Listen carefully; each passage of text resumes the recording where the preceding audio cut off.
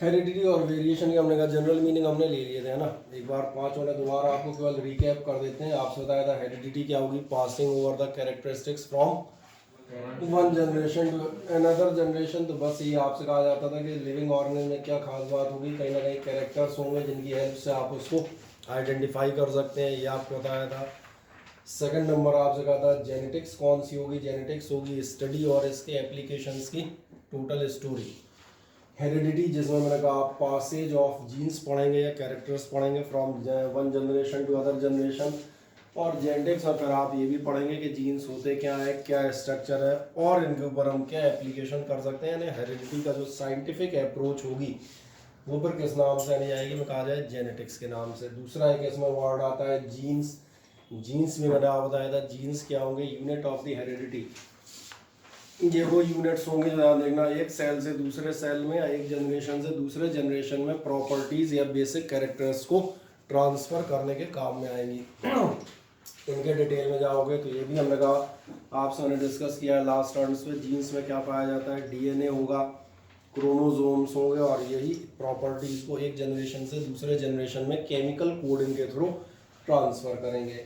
Okay, कहीं ना कहीं आप देखेंगे जेनेटिक्स के जो साइंटिस्ट हैं वो क्या इन्वेस्टिगेट करते हैं, वो इसी इन्वेस्टिगेशन में होंगे कि how these genes are transferred from generation to the next, एक जनरेशन से दूसरी जनरेशन में कैसे जाते हैं। यही अगर कोई हम कहते हैं जेनेटिक इंजीनियर है तो उसका काम यही होगा, इसी पे स्टडी करना। और व्हाट आर देयर स्ट्रक्चर, उनका स्ट्रक्चर क्या है। और आज की डेट में डेफिनेटली ये भी कैसे स्ट्रक्चर को हम अपने प्रॉफिट के अकॉर्डिंग क्या मॉडिफाई कर सकते हैं, हाँ या ना। जैसे आपको लास्ट में मैं ये भी बताऊंगा कि आखिरकार इनकी हेल्प से, जैसे आपको मैंने एक लास्ट टर्न में एग्जांपल दिया होगा हीमोफीलिया। हीमोफीलिया में जेनेटिक ट्रीटमेंट ये कर सकता है कि अगर जीन्स में पर्टिकुलर मॉडिफिकेशन कर दे तो आपकी अगली जनरेशन जो है उन्हें हीमोफीलिया से बचाया जा सकता है। जबकि ये भी ट्रूथ है कि हीमोफीलिया क्या होता है, एक जनरेशन से दूसरी जनरेशन में ट्रांसफ़र होता है। लेकिन अगर आपको जेनेटिक्स में ये समझ में आ गया भैया इस वजह से होता है, so that can be cured, तो फिर आप उस जीन्स को मॉडिफाई भी कर सकते हैं। तो जैसे मैंने लास्ट टाइम में प्लांट्स का एग्जांपल दिया था, याद है, हाइब्रिड जितनी भी क्रॉप्स है मैंने कहा था ये सब काय पर बेस्ड है, जेनेटिक इंजीनियरिंग पर ही कहीं ना कहीं बेस्ड होती हैं। तो ये मैंने कहा कैसे आपके फंक्शन करते हैं to determine the characteristics of living organism. तो ये सब हमने कहा किसी जेनेटिकल इंजीनियर का काम होगा।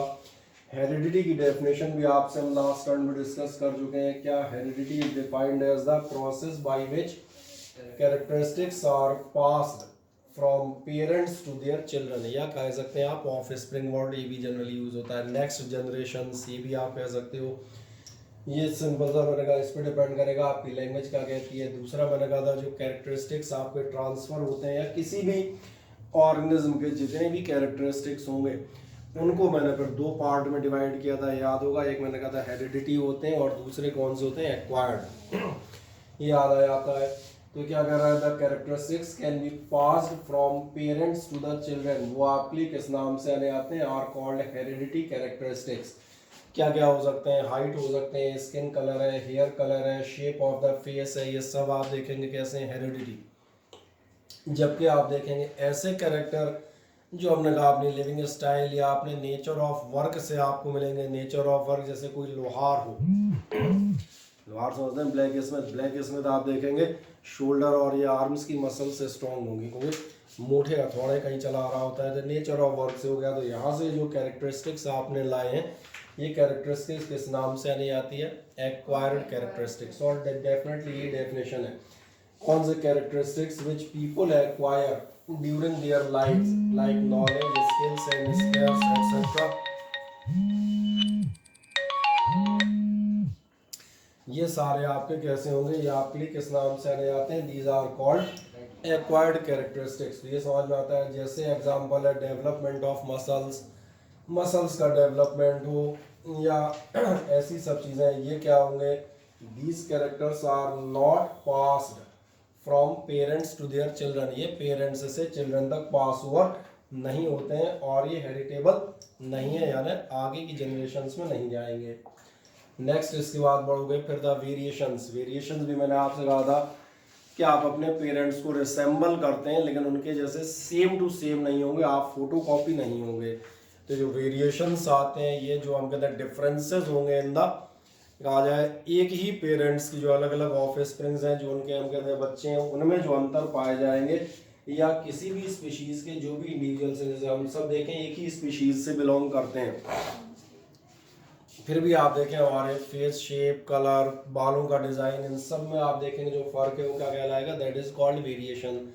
तो जाओगे children only resemble their parents, केवल रिसेंबल करते हैं, these are not identical. Identical माने तो मालूम है बिल्कुल एक जैसे, फोटोकॉपीड, सर्वसम इसकी हिंदी हो जाती है। क्या कह रहा है, that is they show differences, और यही जो डिफरेंसेस होंगे, द डिफरेंसेस एग्जिबिटेड बाय, इसलिए मैंने इन शॉर्ट आपको पूरा एक बार बता दिया, of A species and also by the of springs of the same parents. क्यों हो सकता है कि जो लगता स्पीशीज के हम तमाम सारे लोग बाग बैठे हैं, हमें डिफरेंस हो सकते हैं, हमें वेरिएशन हो सकते हैं, लेकिन एक ही माता पिता की संतान है, पेरेंट्स सेम है, तो भी होंगे क्या, तो मेरा जवाब है बिल्कुल होंगे, और होते ही हैं, ये कोई ऐसी चीज़ नहीं बता रहा, सबको मालूम है। तो ये डिफरेंस किस नाम से आने आते हैं, are termed as the variations. जैसे प्लांट हाइट का था, टॉल हो सकती है, ड्वार्फ हो सकती है, मिडिल हो सकती है। ड्वार्फ मैंने बताया था छोटा, या एक वर्ड मैंने लिया था बोना, ये सुना होता है। सिग्निफिकेंस ऑफ वेरिएशंस कहाँ आते हैं, ध्यान रखना, महत्व इनका तभी होगा जब आपसे कहा था only if continues to be inherited by the offspring. कोई भी वेरिएशन अपने लिए तभी इंपॉर्टेंट होगा जब, ध्यान देखना, वो क्या होगा, ऑफ स्प्रिंग्स तक जा रहा हो, वरना वैसे वेरिएशन हमारे हर 10 दिन में होते रहेंगे। ये क्लियर है? अब जुड़वा होते हैं वो जी सर, जो यानी जुड़वा भी होते हैं ना, हमशक्ल होते हैं, नहीं, ट्विंस जो होते हैं, Twins, हाँ, तो सर वो कैसे, मतलब कैसे, मतलब यानी अगर उनकी तो सेम शक्ल रहती है ना, क्योंकि वो ट्विंस है ना, एक ही जो जाइगोट है उसी से दोनों आए हुए हैं। जो अपन रिप्रोडक्शन में पढ़ेंगे, ऐसे आपको एक और नाम बताएंगे, क्लोन, सेम सेल्स डेवलप होते हैं, वो आपके आइडेंटिकल होंगे। एक्चुअली ट्विंस भी हम बता दें क्लोन ही कहलाते हैं टेक्निकली। इन पे नहीं जा रहे, ये हम काम बात कर रहे हैं जो अलग अलग होंगे। और इसके बाद जाओगे कितने टाइप के वेरिएशंस होंगे, ध्यान देखना, 2 टाइप के वेरिएशंस हम जनरली मानते हैं। वेरिएशन या तो जो affecting the nature of cell, या तो जो सेल के नेचर को आपके अफेक्ट कर रहे हो, उन वाले वेरिएशंस की चर्चा करेंगे। और या फिर हम बात करेंगे डिग्री ऑफ वेरिएशन, यानी छोटा सा वेरिएशन है या बहुत लार्ज स्केल का वेरिएशन है। आओ पहले हम चर्चा कौन सी करते हैं, हम बात करते हैं नेचर ऑफ सेल्स की। जब नेचर ऑफ सेल्स के जो वेरिएशन है उनकी चर्चा करेंगे, तो नेचर ऑफ सेल्स पे आपसे कहा जाएगा there are 2 types of variations according to the nature of cells being affected. कौन कौन से होंगे, तो होंगे सोमेटिक या एक्वायर्ड वेरिएशंस, और दूसरे कौन से होंगे, जर्मिनल। अब मैं दोनों नाम बता देता हूँ। एक्वायर्ड वेरिएशन समझ में आ रहे होंगे, ये कौन से हैं, जिनमें आपकी सेल्स में चेंज तो हुआ है। यहाँ पर हम बात कर रहे हैं किसके अकॉर्डिंग चल रहे हैं, नेचर ऑफ सेल जिनमें बदलेगा, उन वेरिएशंस की बात कर रहे हैं। लेकिन सेल का नेचर 2 टाइप से बदल सकता है। एक तो हम कह सकते हैं बाहरी, और बाहरी मतलब जैसे मैंने कहा, मैंने आपसे कहा था कि आप 2-3 महीने लगातार धूप में काम करो, और लगातार आप धूप में काम करेंगे,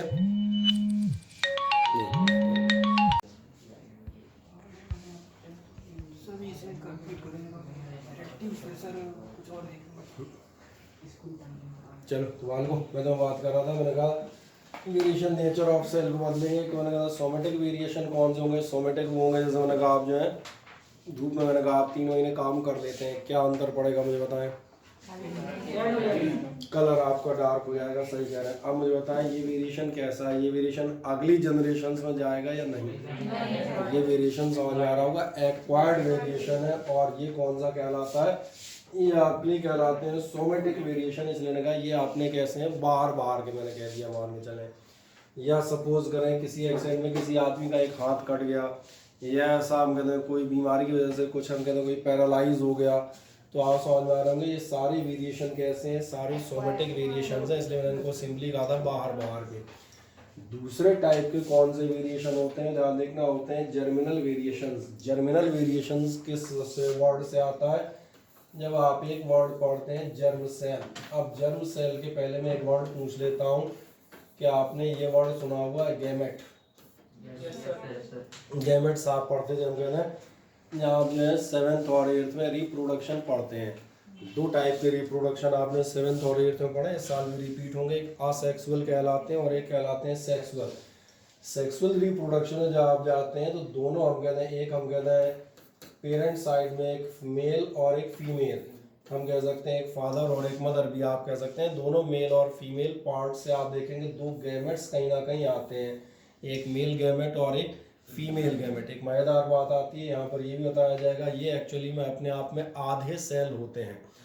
आधे सेल मतलब डिज़ाइन वाइज नहीं, आधे सेल अगर हम बात करेंगे, जो हम डीएनए और क्रोमोसोम्स की बात कर रहे थे, जैसे ह्यूमन बॉडी के लिए बताते हैं, चर्चा भी आगे भी आएगी। किसी भी ह्यूमन बॉडी में आप सेल में देखेंगे तो टोटल अपने पास 46 क्रोमोसोम होते हैं, और 46 क्रोमोसोम का मतलब एक्चुअली हमारे पास पेयर्स होते हैं 23। क्या मेरी बात समझ में आती है?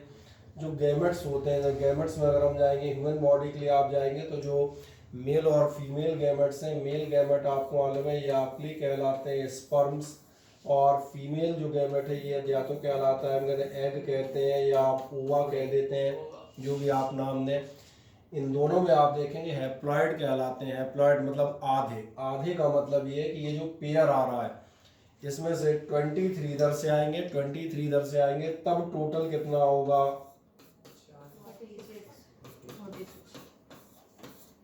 क्या मेरी बात समझ में आती है?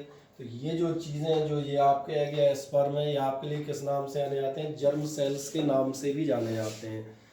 जर्मिनल आपके कौन से होंगे ध्यान देंगे, जर्मिनल वेरिएशन, जो वेरिएशन इनको अफेक्ट कर दें।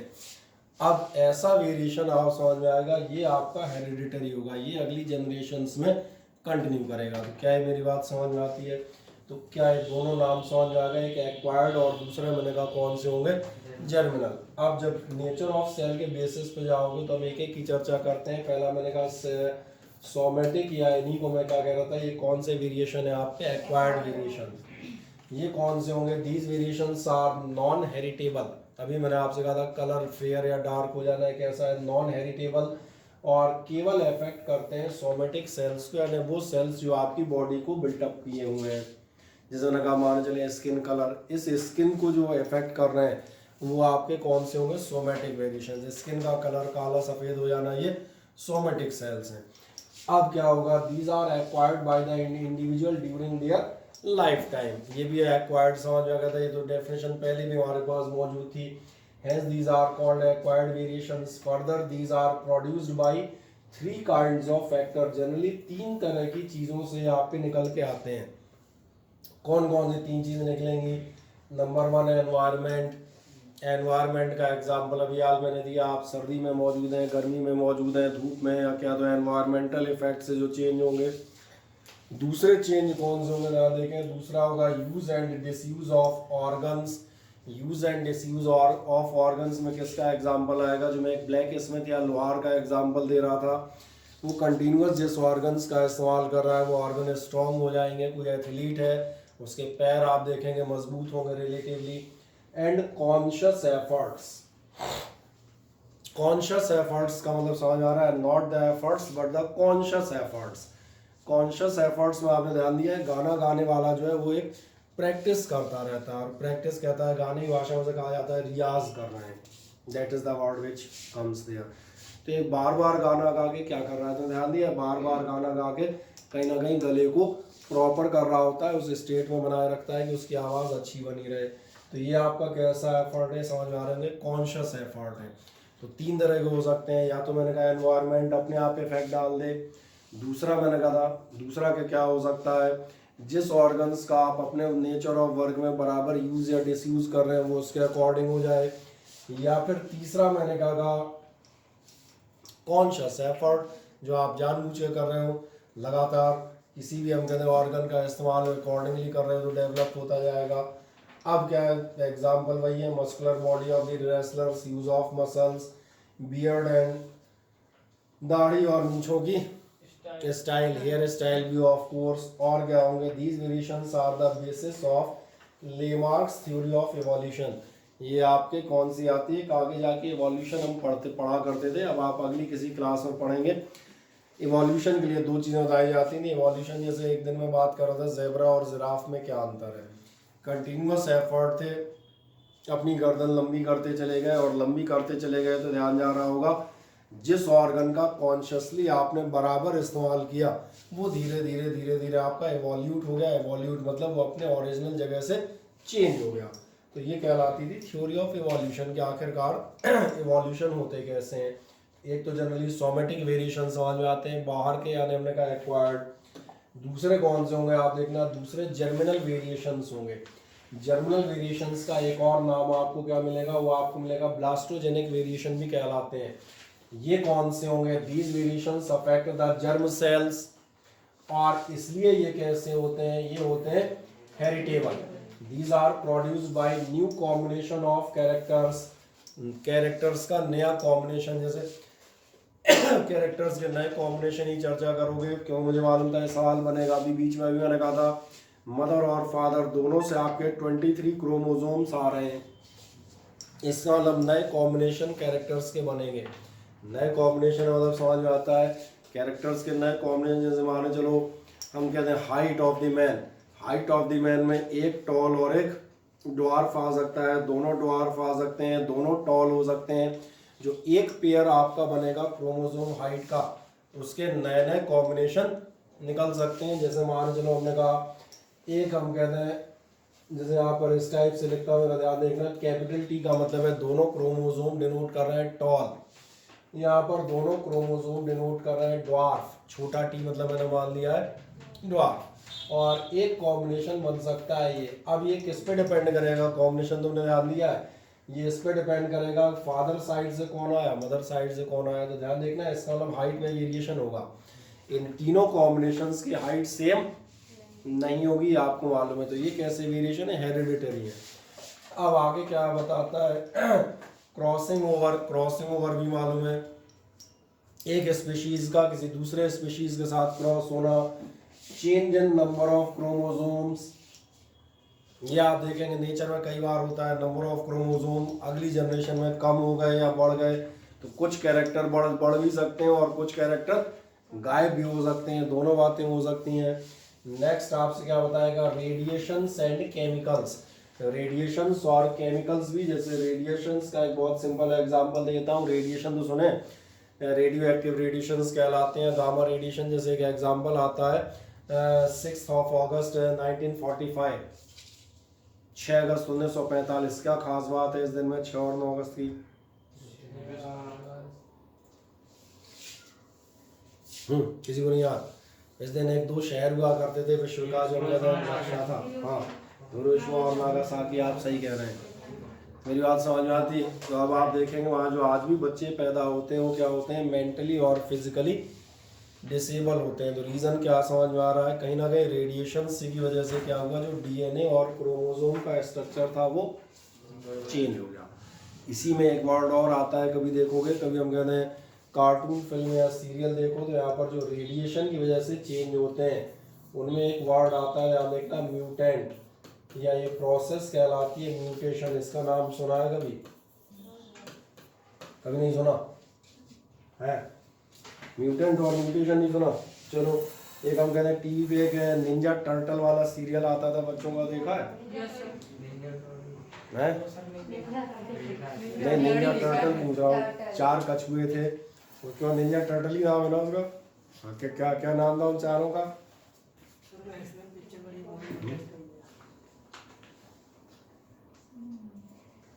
वो हम कहते हैं गटर में 4 वो रहते हैं टर्टल्स, हरे हरे कलर के।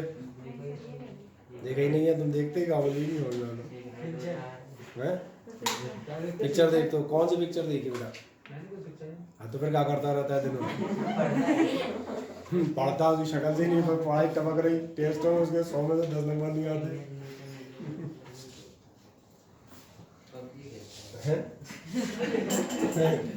मैंने कहा म्यूटेंट जाएंगे, म्यूटेंट के लिए जैसे मैंने कहा था निंजा टर्टल, उसमें बताया जाता है टर्टल्स थे।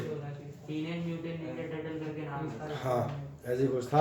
वो किसी लिक्विड में, हम कहते हैं गलती से उन पर लिक्विड गिर गया या पता नहीं किसी ने उन पर डाल दिया, तो क्या हो गया, किसी और उसमें कन्वर्ट हो गए। और याद दिला देता हूँ, अगर हॉलीवुड मूवी देखनी इस टाइप, जैसे कि आती है मेगा पिराना, याद है मुझे, एक पिराना मछली, पिराना वो मछली होती है, दांत होता है, काटती है, उसमें इतनी बड़ी हो जाती है कि जहाज़ के जहाज़ खा जाती है। और इस टाइप बहुत सारे हम कहते हैं मछलियों से रिलेटेड या ऐसी जो भी हम कहते हैं हॉलीवुड मूवी देखोगे उसमें यह आएगा। किसी हम कहते हैं जानवर को कोई एक पर्टिकुलर उन्होंने इंजेक्शन दिया, बताएगा रेडिएशन दे रहे हैं या केमिकल दे रहे हैं, क्या हो रहा है, बोले म्यूटेशन हो रहा है। It is the very common word if you are watching the scientific fiction movies. मैंने कहा भैया फिल्मों से भी ज्ञान प्राप्त होता है, बशर्ते हम उन्हें ध्यान से देख रहे हैं, वर्ड हम उनसे गैदर कर रहे हैं। और मैंने कहा वर्ड टाइप कर लेना, नेट पे आपको बड़े मज़े से इसके हज़ारों एग्जाम्पल मिल जाएंगे। म्यूटेशन यही है जो मैं बात कर रहा था, क्या था, मछली छोटी सी थी, हालांकि उसमें हमने कहा फिक्शन है, ऐसा होता नहीं है, लेकिन या टर्टल वाला बच्चों का कह रहा था तो उसके लिए बनाया गया है, लेकिन है यही कि भैया कछुआ ऐसा होना चाहिए, और कछुआ जो एकदम विशाल काय दानवाकार कछुए में कन्वर्ट हो जाता है। तो ये चीज़ क्या कहलाती है, म्यूटेशन। और म्यूटेशन हम बता दें अपने यहाँ जो म्यूटेशन का एग्जाम्पल है वही है जो कहता है हिरोशिमा और नागासाकी के बच्चे कैसे हो रहा है। मैंने कहा डिसेबल है, क्या हो गया है, इसका रीज़न ये रेडिएशन की वजह से म्यूटेशन हो जाना। इसके अलावा आप देखेंगे haemophilia, blood group, colour blindness, ये सब आप देखेंगे कैसे हैं, ये सारे जो आपके वेरिएशंस हैं कैसे होंगे, जर्मिनल। ये अगली हम कहते हैं जनरेशंस में जाएंगे। अब दूसरे टाइप के हमने कौन सा कहा था, दूसरे टाइप के देखेंगे degree of variation. Degree of variation में भी वही है, छोटे या बड़े, और इनको आप किस टाइप के मानेंगे, एक कहलाएंगे कंटिन्यूअस और एक कहलाएंगे डिसकंटिन्यूअस। और मेरा अंदाजा नाम से समझ में आ जाएगा। कंटिन्यूअस वेरिएशन कौन से होंगे, धीरे धीरे छोटे छोटे variation are small indistinct difference between from the normal conditions and are called fluctuations। fluctuations समझ में आते हैं, थोड़ा बहुत जो मामूली इधर से उधर छोटे छोटे छोटे डिफरेंस होते चले जाते हैं। ये आपके कैसे क्या कहलाएंगे, slide. They are not stable and non heritable, ना तो ये स्टेबल होंगे और ना ही हेरिटेबल होंगे। दूसरे ये भी हम कहते हैं दो टाइप के होंगे। कौन से दो टाइप होंगे, वही पुराने मैंने कहा, या तो सब्सटेंसिव यानी कि कैसे हैं, responsible for change in size, weight, colour, जैसे स्किन कलर या height in man, egg production in poultry, ये सब आप देखेंगे कैसे हैं, धीरे धीरे धीरे आपका चेंज होता है। चेंज इसका एग्जाम्पल देता हूँ, अपने आप कहते हैं कोई पेड़ लगा देना, जैसे गुलाब का ही पेड़ ले लो, तुम्हारा ध्यान जाएगा, पहले शुरू में बहुत अच्छे फूल देता है, धीरे धीरे धीरे आप देखेंगे फूल देना कम हो जाए, लेकिन फूल देना एकदम से कम नहीं होते होंगे। इस साल 10,000 है और अगले साल 100,000। ईयर दर ईयर आप देखेंगे क्या होगा, वेरिएशन होगा। तो ये जो वेरिएशन आ रहे हैं कैसे हैं, ये मैंने कहा ये आपके कहलाते हैं कंटिन्यूअस। धीरे धीरे धीरे धीरे वो चीज़ कोई भी बदल रही है। सब्सटेंटिव जो मैं कह रहा था, ये कौन से वाले होते हैं, सब्सटेंसिव याद रखना, ये कौन से होते हैं, चेंज इन साइज, वेट और कलर में, ये इस पर डिपेंड करेंगे जो यानी बाहरी अपीयरेंस है। जबकि जो मेरिस्टिक की मैं बात करूंगा, मेरिस्टिक डिपेंड करते हैं आपके ऑर्गन्स के नंबर। मेरी बात समझ आ रही है।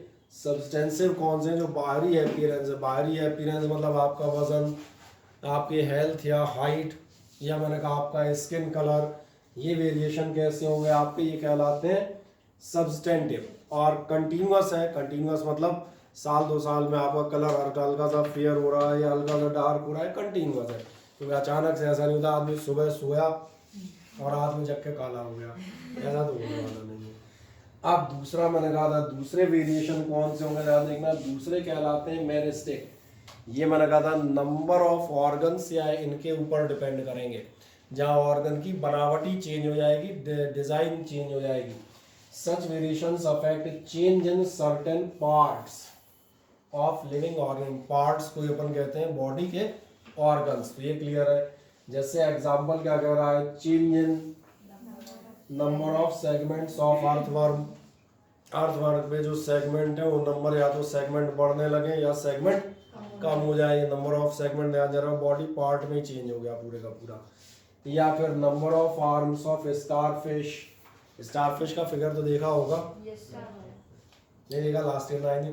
जो हम कहते हैं स्टार के स्टार्स हैं उनमें कम या ज़्यादा होना, ये आप देखेंगे कैसा है, पार्ट्स कम ज़्यादा हो रहे हैं मेरिस्टिक।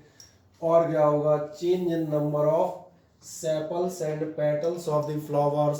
सेपल्स और पेटल तो याद है ये जो हरे वाले पत्ते होते हैं सेपल कहलाते हैं जो नीचे होते हैं, और ये पेटल्स से होती हैं पंखुड़ियाँ।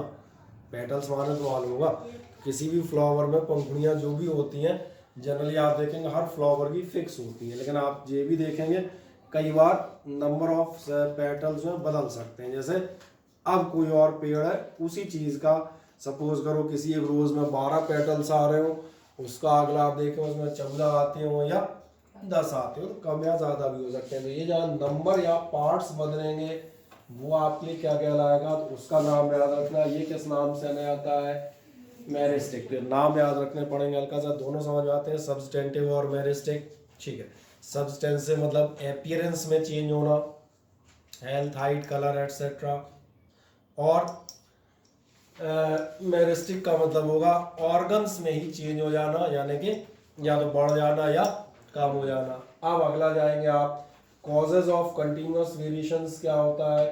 कॉजेज ऑफ कंटिन्यूअस वेरिएशन का मेन क्या होगा, कॉम्बिनेशन ऑफ नए कैरेक्टर, कुछ नए कैरेक्टर आपके कंबाइन हो रहे होंगे, या फिर ध्यान देखना क्या होगा, क्रॉसिंग ओवर। क्रॉसिंग ओवर मतलब एक जीन्स में दूसरे जीन का कहीं मिक्सअप हुआ होगा, दो अलग अलग स्पीशीज उनका क्रॉस होना।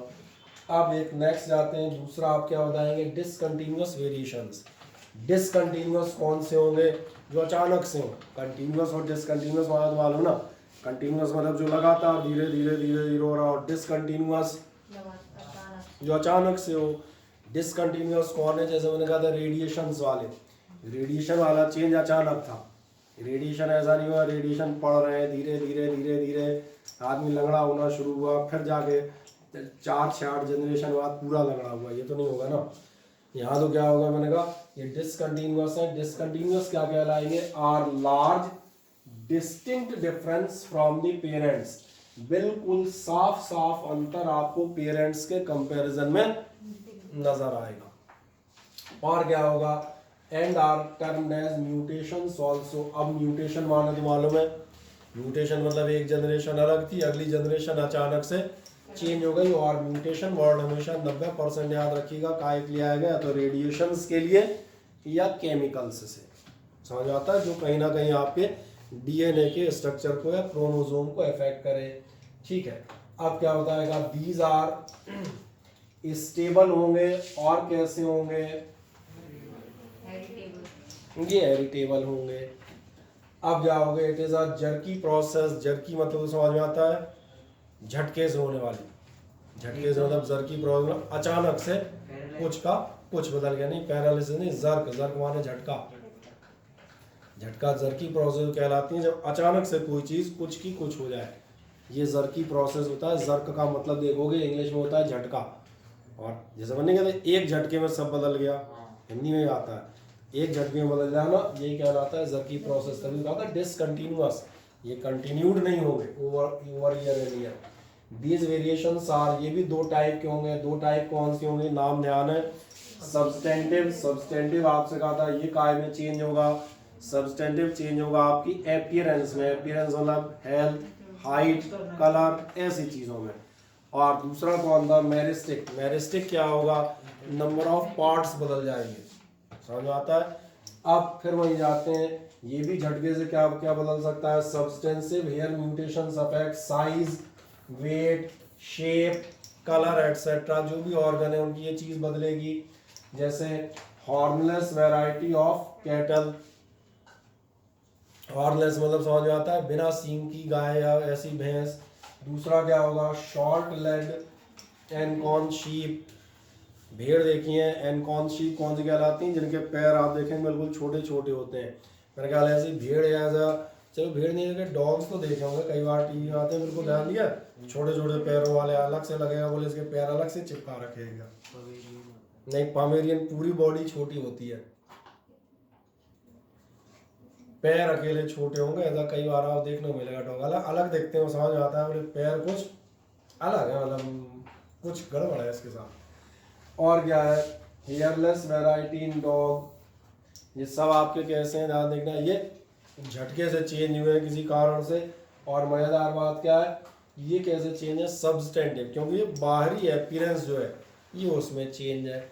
जबकि मेरिस्टिक कौन से होंगे जिनमें मैंने कहा था ऑर्गन के पार्ट्स में ही चेंज हो जाएगा, नंबर बदल जाएगा, एक की जगह 2 हो जाएंगे या 2 की जगह 1 हो जाएगा, वो कौन से होंगे? These variations bring about the change in number of certain parts. अब तो बिल्कुल समझ में आ रहा है।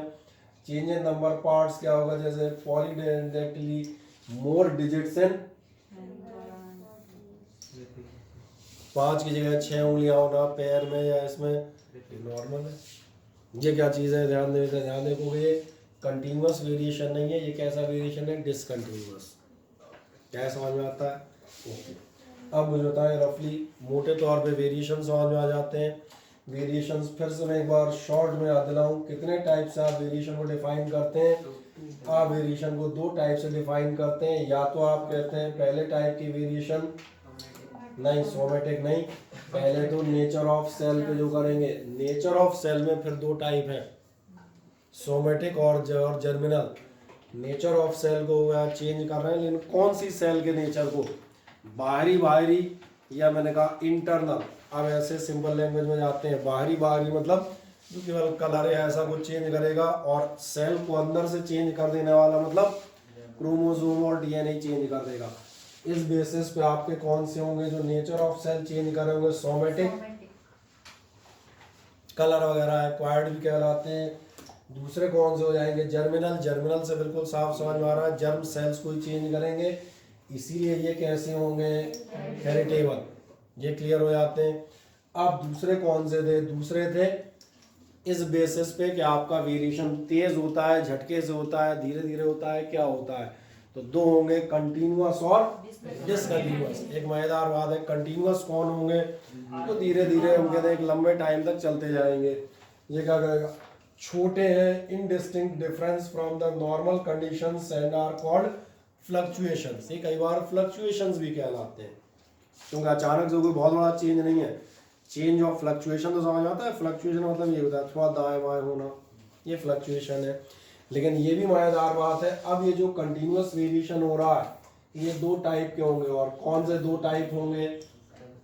एक आपका था सब्सटेंसिव और एक आपका था मेरिस्टिक। ये क्या डिपेंड करेंगे? जो भी आपकी बॉडी है उस बॉडी में चेंज सब्सटेंटिव यानी बाहर की अपीयरेंस में हो रहा है, कलर, वेट, इस सब में चेंज हो रहा है तो सब्सटेंटिव।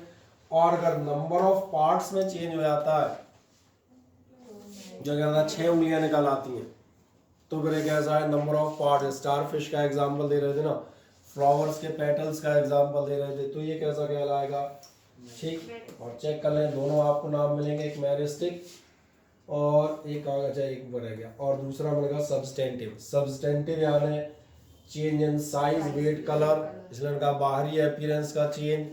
मेरिस्टिक जो आपका चेंज होगा नंबर ऑफ सेगमेंट्स या नंबर ऑफ आर्म्स यानी नंबर ऑफ पार्ट्स में चेंज हो जाना। ऐसे ही दूसरे कौन से आएंगे? दूसरे आपके आएंगे डिसकंटिन्यूअस वेरिएशन। डिसकंटिन्यूअस कौन से होंगे? जो मैंने कहा जरकी प्रोसेस होगी, अचानक से होंगे, और अचानक से होंगे इसलिए म्यूटेशन कहलाते हैं। म्यूटेशन के लिए कौन रिस्पॉन्सिबल होता है?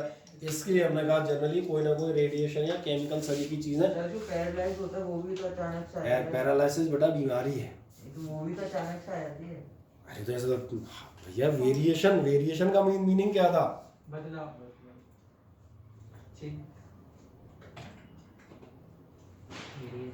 जैसे डिसीज है तो कहोगे साहब जुकाम हो गया, रोज अचानक से होता है। जुकाम में थोड़ा होता है, जुकाम पहले मतलब 3-4 दिन जुकाम होने की प्रोसेस चलेगी, फिर अगली जनरेशन में जाके जुकाम हुआ, तुम डिसीजेस पे चले गए हो।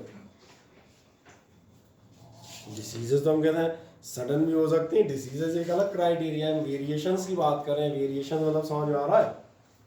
वेरिएशंस माने आपकी बॉडी में होने वाले बदलाव, डिफरेंसेस, समझ आ रहा है? इनकी बात कर रहे हैं, ना कि हमने कहा तुम कहोगे सर बोले जो है 10 लग जाना। अब बोले बताओ ये कौन सा बदलाव है? मैंने कहा बदलाव थोड़ी है, तो बीमारी है मेरे भाई, दैट इज बैक्टीरियल अटैक। ये वेरिएशन में थोड़ी ना मारोगे। जॉन्डिस हो जाना, या अभी हम कहते हैं वहाँ जाए कोरोना हो जाए किसी को, ये क्या होगा? ये इसमें थोड़े आएंगे, ये आप अलग शायद चले गए कहीं और। पैरालिसिस आप ध्यान देंगे, पैरालिसिस में थोड़ा गिनेंगे आप। या आप किस पे जा रहे हैं, जहाँ आपके बॉडी कलर और ये चेंज होते हैं नॉर्मल में चलते चलते, नॉर्मल लाइफ में जो वेरिएशन है मैं उनकी बात कर रहा हूँ, सही है ना। अब एक नेक्स्ट जाएंगे जो हम बात करें सब्सटेंसिव मेरिस्टिक, अब नाम से ही समझ में आ रहे होंगे। सब्सटेंसिव कौन सा हो जाएगा, वही साइज और इस सबको अफेक्ट करेंगे, अपीयरेंस को। मेरिस्टिक किसको करेगा, क्या है, मेरी बात क्लियर है। तो ये आपके हो गए, मैंने कहा दोनों। अब जब वेरिएशन पढ़ लेते हैं, इनके भी कारण क्या होंगे, डिसकंटिन्यूअस वेरिएशन का रीजन अभी आपसे बता ही रहे थे, क्या होगा, मैंने कहा था कोई ना कोई केमिकल या जनरली रेडिएशंस, हालांकि अदर कारण भी हो सकते हैं, लेकिन ये मोस्ट ऑफ द रीजंस यही होंगे। क्या होगा, मॉडिफिकेशन इन स्ट्रक्चर ऑफ, जो आप देखा था पिरान्हा थी, मेगा पिरान्हा हो गई, या निंजा टर्टल का एग्जांपल क्यों दे रहा था, कहीं ना कहीं डीएनए का या सेल्स का स्ट्रक्चर बदल गया, सही है। देन कौन जाएगा, alteration in the chemical nature of genes, कहीं ना कहीं जीन्स का केमिकल नेचर बदल जाना, म्यूटेशन का एक एग्जांपल हल्क भी है, गामा रेडिएशन से ही हुआ था ना, ठीक है। मैंने कहा फिक्शन है लेकिन समझने के लिए सफिशिएंट है, अपने लेवल पे जब हम बात करें वहाँ समझ में आ सकता है। Change in the number of chromosomes, chromosome का नंबर किसी कारण से चेंज हो गया हो। बाकी रेडिएशंस एंड केमिकल्स में ऑल्सो कॉज म्यूटेशन, तो ये समझ में आ जाते हैं जनरली, हाँ या ना बताएं, ठीक। अब जब हम वेरिएशन की बात कर लेते हैं तो फिर एक सवाल आता है, आखिरकार वेरिएशन होते क्यों हैं, ये सबसे बड़ा सवाल है। वेरिएशंस का कारण क्या है, वेरिएशंस का कारण आपको याद होगा, ये भी मैं आपसे लास्ट राउंड में डिस्कस कर रहा था। वेरिएशन का कारण या तो ध्यान देखना एक्सटर्नल और एक्सीडेंटल वेरिएशन होंगे, जो मैं कहता था केमिकल या ऐसा कुछ, उनको छोड़ो। हर हम कहते हैं लिविंग ऑर्गेनिज्म अपने आप में कहीं ना कहीं बदलाव करता ही रहता है, और एक कंटिन्यूस प्रोसेस से बदलाव होंगे ही। जो आपसे फैक्टर कह रहे थे कि एनवायरनमेंट के अकॉर्डिंग होंगे, आप धूप में रहते हैं तो आपकी स्किन अपने आप मेलानिन करके बना के अपने आप को कलर डार्क करेगी, लेकिन कभी आपने ध्यान दिया कर क्यों रही है, प्रोटेक्ट करने के लिए, प्रोटेक्ट, यानी अगर सिंपली भाषा में कहा जाए ओवरऑल सारी लड़ाई इस बात की है। और इसीलिए आप देखेंगे आगे जाके ये चीज लीड करती है डार्विन्स थ्योरी ऑफ इवोल्यूशन को, जहाँ डार्विन कहता है survival of the fittest. Survival of fittest का मतलब होता है जो सबसे अधिक क्षमतावान है, जो सर्वाधिक शक्तिशाली है, वही बचता है। और ये फैक्ट है, ये एक महान बात है। डार्विन्स थ्योरी पूरे जीवन की थ्योरी है, आपको हर जगह मिलेगी, ना केवल इसमें हमने कहा जो आप बायोलॉजी में पढ़ेंगे, बल्कि मैंने कहा अपने सामाजिक आचार व्यवहार में भी आपको समझ में आएगा, ये प्रिंसिपल हर जगह फॉलो होता है। आप मुझे बताएं, जैसे आप सब लोग पढ़ रहे हैं, आखिरकार आप क्यों पढ़ रहे हैं, थोड़ा सा बताएं।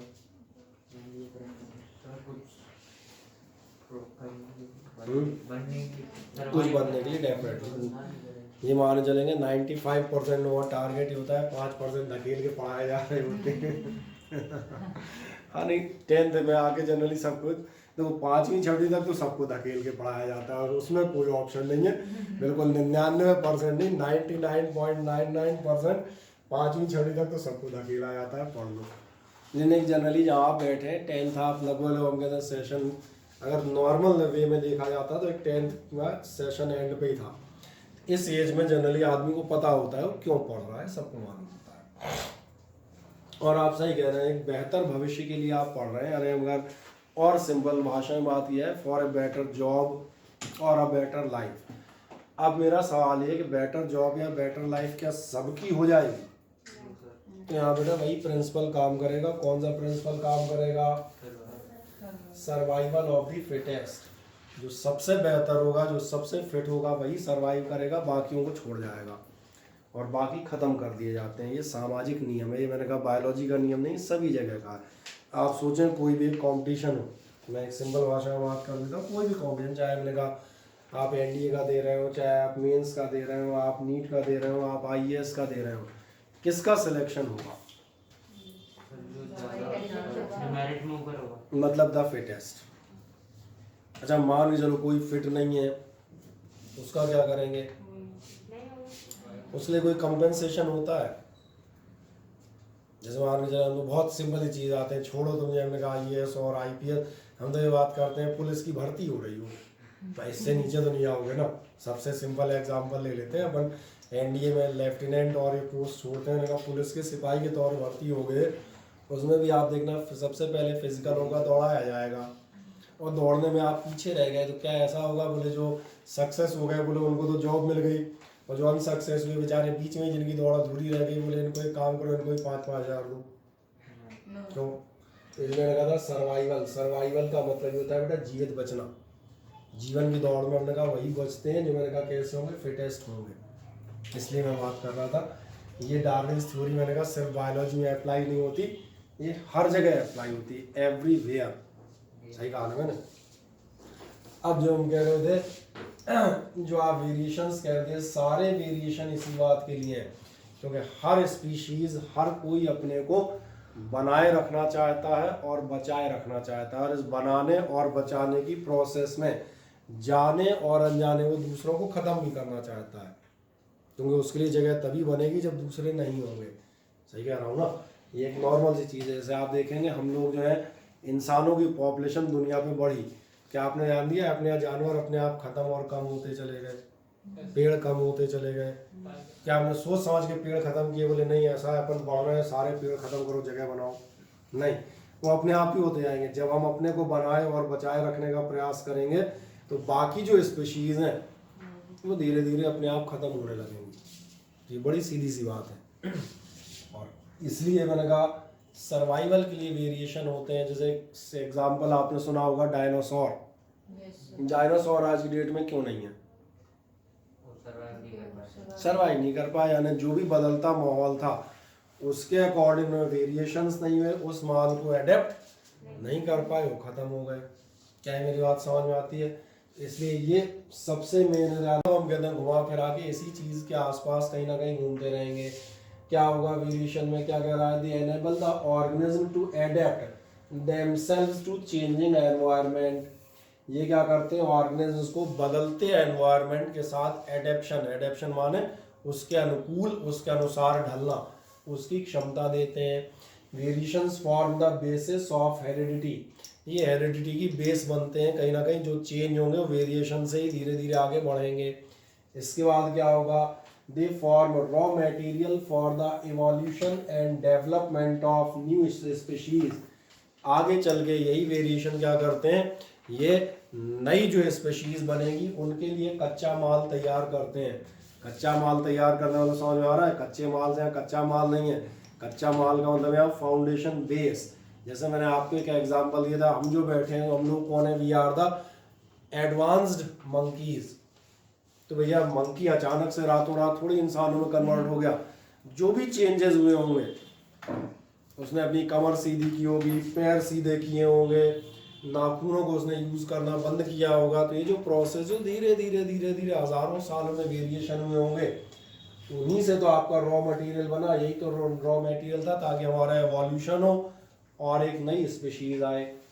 समझ में आता है? जैसे आप जो है एवोल्यूशन के बारे में जब पढ़ेंगे तो एक सिंपल बात आता हूँ, आपको बताया जाएगा मगरमच्छ और जो आपकी बर्ड्स हैं, रेप्टाइल और bird, they are exactly same. वो दोनों एक ही होते हैं। डार्विन ने अपनी थ्योरी में ये बताया कि जो मगरमच्छ है, इसमें कहा रेप्टाइल, देखा है ना मगरमच्छ, इसलिए साफ नाम ले रहा हूँ, सबको नजर आए। और मैंने कहा मोर भी सबने देखी है। मगरमच्छ और बोले मोर एक ही हैं, अलग अलग हैं ही नहीं। ऐसे मोर वो मगरमच्छ हैं जिनकी कभी कोई एंसेस्टर्स जमीन की तरफ आए, जमीन पर उन्हें खतरा हुआ, खाने और सुरक्षा के लिए धीरे धीरे उन्होंने अपने को पेड़ों पे बचाना सीखा। बोले अब कहाँ जाए, जमीन पे तो आ गए, पानी में तो डुबकी लगा जाते थे, जमीन पे कहाँ भागे। तो अपनी सुरक्षा के लिए उन्होंने क्या सीखा? ऊंचाई और पेड़ों की तरफ जाना सीखा। अब तुम कहोगे हम कैसे मान लें? एविडेंस मिलते हैं। एविडेंस जब आप देखते हैं, जो हमने कहा सबसे पहले अगर आप जो स्केलेटन देखेंगे तो एक मजेदार बात नजर आती है, रेप्टाइल्स और बर्ड्स, जबकि दोनों बिल्कुल सोचो कहाँ जमीन पे रेंगने वाला, कहाँ आसमान में उड़ने वाला, दोनों के स्केलेटन सेम है। और स्केलेटन स्ट्रक्चर सेम होना, हड्डियों का ढांचा सेम होना, सेम डिजाइन होना बता रहा है चेंजेस है, वेरिएशन है केवल, लेकिन बेसिक ढांचा सेम है, बेसिक स्केलेटन सेम है। चाइना तो एनसीईआरटी बुक में दिया हुआ है, देख लेना। जो आपको बता देगा कि ये सेम आते हैं। क्यों? पहले इवोल्यूशन आपके यहाँ था तो उसमें फोटोग्राफ्स दिए हुए हैं। दूसरा ध्यान देखना, दूसरा क्या हुआ, लोगों ने कहा अगर ये सेम है तो हम ऐसे कैसे मान लें, कहाँ ये कहाँ वो। तो जो फॉसिल्स मिले उन फॉसिल्स में एक ऐसे प्राणी के अवशेष भी मिले जिसके पंख सरीखा स्ट्रक्चर था, पंजे थे और पूंछ थे। मतलब समझ आया? ये बीच की कड़ी था। बीच की लिंक क्या थी? मगरमच्छ टोटल, पंजे और पूंछ पहचान, बर्ड्स पंख पहचान। ये मैंने कहा बीच वाला कैसा था? जिसके पूंछ और पंजे होने के साथ, यानी ये क्या था? बीच की लिंक थी जो धीरे धीरे धीरे इवॉल्यूट हो रहा था, जो वेरिएशन से एक स्टेज से दूसरी स्टेज में ट्रांसफॉर्म हो रहा था।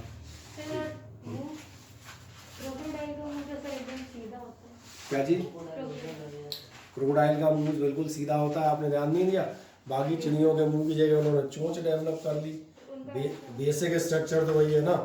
अब अपने अकॉर्डिंग उन्होंने उस चीज को टेढ़ा या सीधा कर लिया, लेकिन स्ट्रक्चर वही है। ध्यान से देखो, स्ट्रक्चर वही मिलेगा। ठीक है, अपनी जरूरत के हिसाब से किसी ने चौड़ा कर लिया, किसी ने पतला कर लिया, किसी ने थोड़ा घुमावदार कर लिया, लेकिन स्ट्रक्चर वही आएगा। स्ट्रक्चर में चेंज नहीं आएगा, बेस उसका वही का वही है।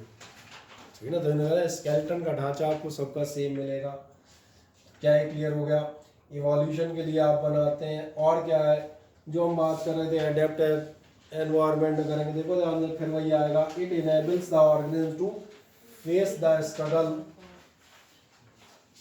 ये जो भी ऑर्गेनिज्म है उसको स्ट्रगल फेस करने लायक बनाता है। कौन सी स्ट्रगल? तो मैंने कहा कौन सी स्ट्रगल?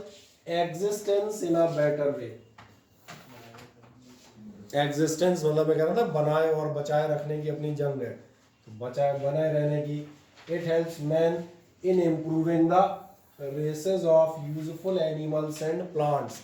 अब आर्टिफिशियली हम इसका क्या इस्तेमाल करते हैं? ये तो नेचुरल समझ में आ गए। आर्टिफिशियली आज की डेट में हम काय में इस्तेमाल करते हैं? Improving the races of useful animals और प्लांट्स। इनकी जो रेसेस चेंज करनी है उसमें हम इसका इस्तेमाल भी करते हैं। तो आर्टिफिशियल हो गया, ये जेनेटिकल इंजीनियरिंग का चमत्कार हो गया जो आज की डेट में आते हैं। क्या ये क्लियर हो जाते हैं? हाँ या ना? अब एक नेक्स्ट चीज पे आएंगे, हेरिडिटी में थोड़ा सा आगे बढ़ेंगे। सवाल आता है हेरिडिटी आती कहाँ से? तो हेरिडिटी कहाँ से आती है? तो ये भी मैंने कहा था, अगर आप ध्यान से सुने तो मैं थोड़ी देर पहले आपसे बात कर रहा, जब भी आप सेक्सुअल रिप्रोडक्शन की बात करते हैं तो गैमेट्स आते हैं, एक मदर और एक फादर गैमेट्स। और इन्हीं दोनों से आप देखना, इन दोनों में जो जेनेटिकल कोडिंग आती है, जो भी डीएनए या क्रोमोसोम आएंगे उसी से आपकी अगली जनरेशन फॉर्म होती है। और यही आपसे बताया जाएगा। क्या बताएंगे? अगर आप देखेंगे हेरिडिटी का मतलब क्या होगा? हेयरशिप या इनहेरिटेंस। हेयरशिप माने बता दूं, हेयरशिप का अगर हिंदी मीनिंग देखोगे तो हेयरशिप का हिंदी मीनिंग होता है, ये वर्ड सुना है कभी? जैसे उत्तराधिकारी बता देता हूँ। उत्तराधिकारी को अपन कैसे कह सकते हैं? सिंपली उत्तराधिकारी हो यार, बताता हूँ तुम्हें। बताओ। अरे राजा का बेटा, सही कह रहे हैं, राजा की गद्दी का अगला हकदार। अब आपने बिल्कुल सही कहा। जैसे आपसे कहा जा सकता है, माने चले शाहजहां का उत्तराधिकारी कौन होता, तो अगला कौन होता? उसका बेटा, यानी कि शाहजहां का बेटा कौन था? शाहजहां का। अरे सर मोदी सिंधिया का ले लो ना। सिंधिया का ले लो, तो सिंधिया का बता दो। सिंधिया का भी बताओ, यही तो चल रहा है अभी। कौन होगा उत्तराधिकारी? जो उसका बेटा होगा। कौन है? वही तो मैं तो पूछ रहा हूँ। फिर तुमने सिंधिया का एग्जाम्पल बोल दिया। ज्योतिराज सिंधिया का बेटा तो नाम बताओ ना, तभी तो जीके टेस्ट कर रहा हूँ। और उसकी बेटी भी कोई सही कहा ना मैंने। यानी देखो तो मुगल एम्पायर से लेके आज तक की तुम्हारी जीके कमजोर है, बताओ। 500 साल की जीके। जैसे अकबर का बेटा सलीम। अकबर का बेटा सलीम। अकबर का बेटा सलीम नहीं था, उसका एक्चुअल नाम था जहांगीर। और उसके बाद था शाहजहां। शाहजहां के बाद था औरंगजेब। और मुगल डायनेस्टी कहाँ से शुरुआत होती थी? बाबर से शुरू होती थी। बाबर के बाद हुमायूं, हुमायूं के बाद अकबर। सही है ना। और फिर आप उसके बाद आगे पढ़ते हुए जाते हैं। और लास्ट जो बादशाह है उसका भी नाम हम बता दें, हिस्ट्री में आता है, वो बहादुर शाह जफ़र था।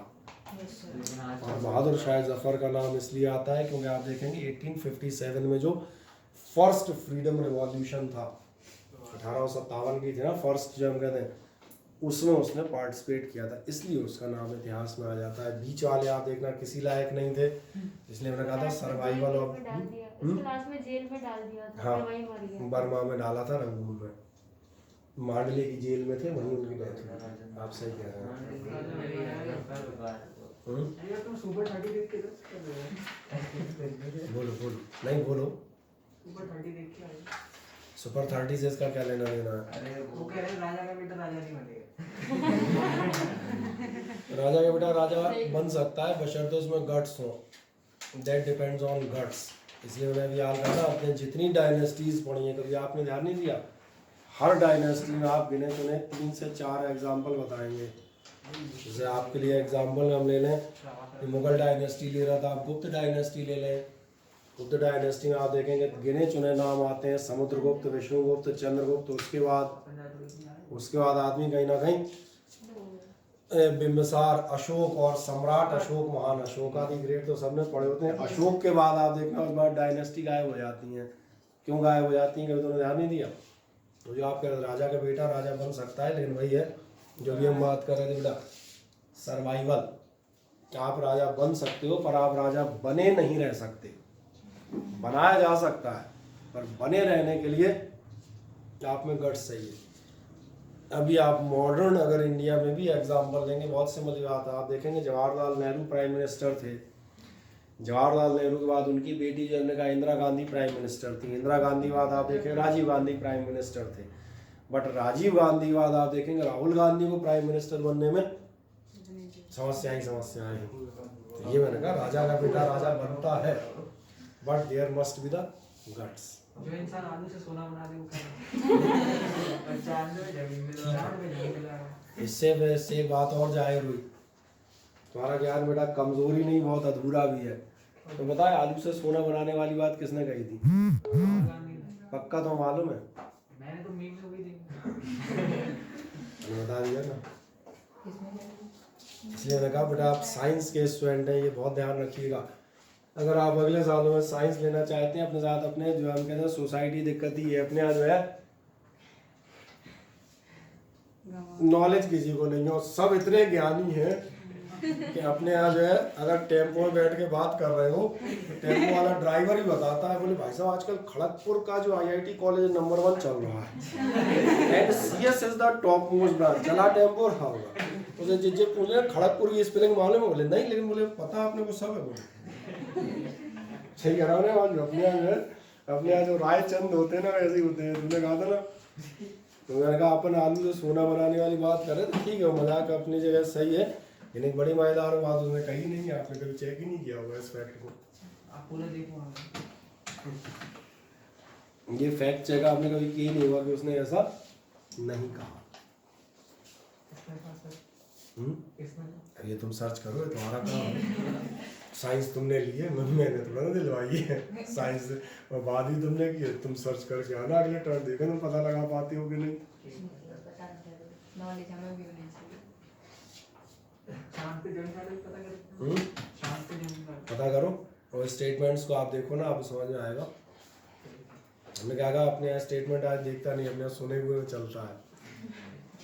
सुने हुए का मैं बेहतरीन एग्जाम्पल बताता हूँ। कल हम बताते हैं भोपाल में जो एक प्रदर्शन हो रहा था, भोपाल में प्रदर्शन हो रहा था, फ्रांस में घटना हुई है। हाँ यस ठीक है ना। फ्रांस में क्या है, पैगंबर मोहम्मद का कोई चित्र या कोई कार्टून किसी टीचर ने अपने बच्चों को दिखाया, बदले में हम बताते हैं जो उनके यहाँ शरण लिए हुए कोई क्रोएशिया से हुआ है, मोहम्मदन युवक गया था, उसने उस टीचर का सिर काट दिया। फ्रांस ने इसको इस्लामिक आतंकवाद बताया और इसके खिलाफ कार्रवाई की मांग की, एटसेट्रा जो भी हो। इसके बाद मैंने कहा भोपाल में उसके खिलाफ प्रदर्शन हुआ। ठीक है, यहाँ तक बात सही है, ये अपनी अपनी राय है।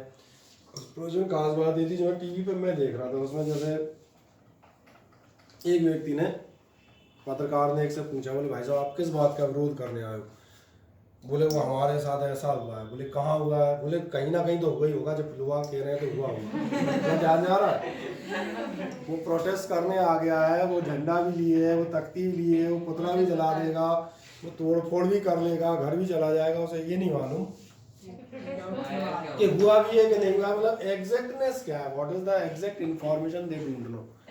और ये हम लोगों की खासियत है बेटा, यही हमने कहा, ये हम लोगों की विशेषता है। हम लोगों को एक्चुअली को कुछ पता नहीं होता,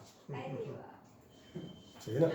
जैसे अभी हिमांशु भैया बैठे हैं, हिमांशु से आप पूछोगे, जैसे हमने कहा ऐसा नहीं हर साल, इस साल नहीं हर साल होता था, हर साल अपने यहाँ जो हम बता दें, जैसे जी मेंस के तमाम सारे लोग एग्जामिनेशन देते हैं उसके बाद आप देखना, उस बाद जी मेंस की काउंसलिंग आएगी, लोग देंगे, और साल भर में हम कम से कम 3-4 बार बताते हैं जी मेंस का पेपर ऐसे होता है, फॉर्म आ गए भर दो, या ऐसे काउंसलिंग होगी है। अब आप देखना मेरे पास इसके बाद फ़ोन आने शुरू होते हैं, मालूम कब आते हैं? जब फर्स्ट काउंसलिंग ख़त्म हो जाती है तब। और डेली सुबह से शाम तक 4-6 आदमी मिलने आएगा, मालूम क्या बोल, सर मुझे ये कॉलेज मिला है, मुझे वो मिला है, मेरा ये हो गया, मेरा हो गया। तो मैंने भाई साहब मैं कोई रिजल्ट सुधारू दुकान थोड़ा ना चलाता हूँ, मैं राजी हो गया था। अब सर बोले सलाह चाहिए, मैंने अब क्या सलाह लेके करोगे, सलाह पहले लिया तो ये करने वाला हूँ, क्या करें, बोले हो गया। क्यों होता है समझ में आ रहा है? लोग अपने कहीं से भी जानकारियाँ कहीं भी उठाते रहते हैं, ये दिक्कत है। तो मैंने जो कहा था, जानकारी बेटा अपने जीवन में प्रॉपरली शामिल करना सीखें। ये जो आप कह रहे थे ना, सही आप कह रहे हैं। यहाँ से अगर आप ये चीज़ें सीखेंगे, और जो बाकायदा क्लास में अपने स्टूडेंट से बहुत सालों से डिस्कस करता आ रहा हो, अगर ये आपकी पर्सनैलिटी में शामिल होगा तो आप देखेंगे तो आप अच्छे रास्ते पर आगे बढ़ेंगे।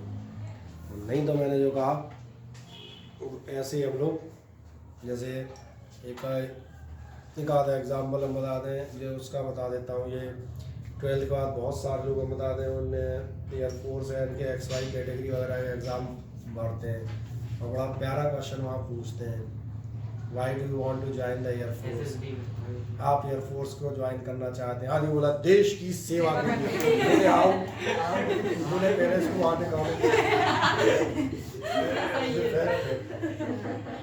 बोले इसको सबसे पहले बाहर निकालो, बोले देश की सेवा करनी है, इसको झाड़ू थमाओ, चलो झाड़ू लगाएं। करो देश की सेवा, किसने रोका?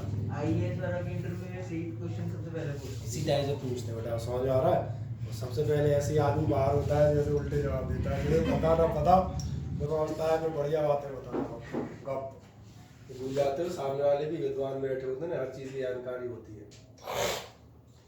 ये चीज़ कई बार आप देखेंगे 10th 11th 12th के दौरान, 11th के दौरान पर्टिकुलरली लोगों से पूछता हूँ क्वेश्चन, खट से आप देखना आदत होती है, कहीं वो जवाब पटकने उन्हें टोक देता हूँ, बेटा कहीं भी भगा दिए जाओगे किसी भी इंटरव्यू से भी इंस्टेंटली 1.5 मिनट नहीं टिकोगे। बोलने से पहले सोचो तो क्या बोल रहा हूँ, क्या पूछा है, ना सुना ना तुमने अपनी तरफ से जवाब पटक दिया, कुछ भी आता है मैं पता है, बोले नहीं।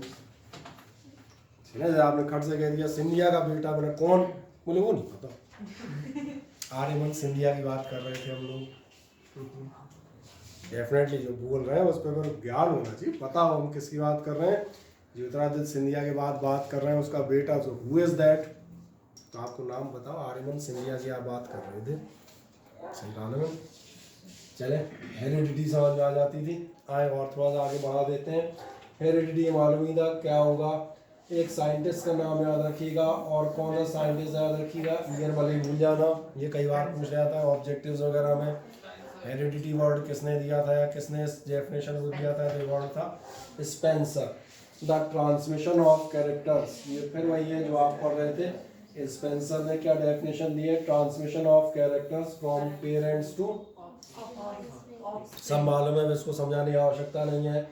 It is because of this fact that the parents of particular species sexually reproduce offspring, जो पेरेंट्स हैं वो सेक्सुअली आपकी ऑफस्प्रिंग को रिप्रोड्यूस करते हैं, और उसमें जो मैंने कहा था मेल गैमेट और फीमेल गैमेट की वजह से वेरिएशंस आएंगे, और उन्हीं की वजह से हमने कहा एक के कैरेक्टर दूसरी जनरेशन को ट्रांसफर भी होंगे। क्या कहेगा, which resembles each other and their parents, एक दूसरे को रिसेंबल करेंगे और साथ में पेरेंट्स को भी। फिर एग्जाम्पल याद दिला दूं, पपीते के पेड़ मैंने कहा पपीते ही होंगे, नींबू नहीं होंगे, तो पपीते एक दूसरे को रिसेंबल कर रहे होंगे और पेरेंट्स यानी पिछली जनरेशन को भी रिसेंबल कर रहे होंगे, हाँ फोटो कॉपी नहीं होंगे, ये तय है। क्या बताता है, each other and their parents in appearance, behaviour and reproductive characteristics, heredity information is present. Heredity की इंफॉर्मेशन प्रेजेंट होती है, किसमें प्रेजेंट होती है, फर्टिलाइज्ड एग या जाइगोट में ऑलरेडी प्रेजेंट होती है, आपको मालूम है।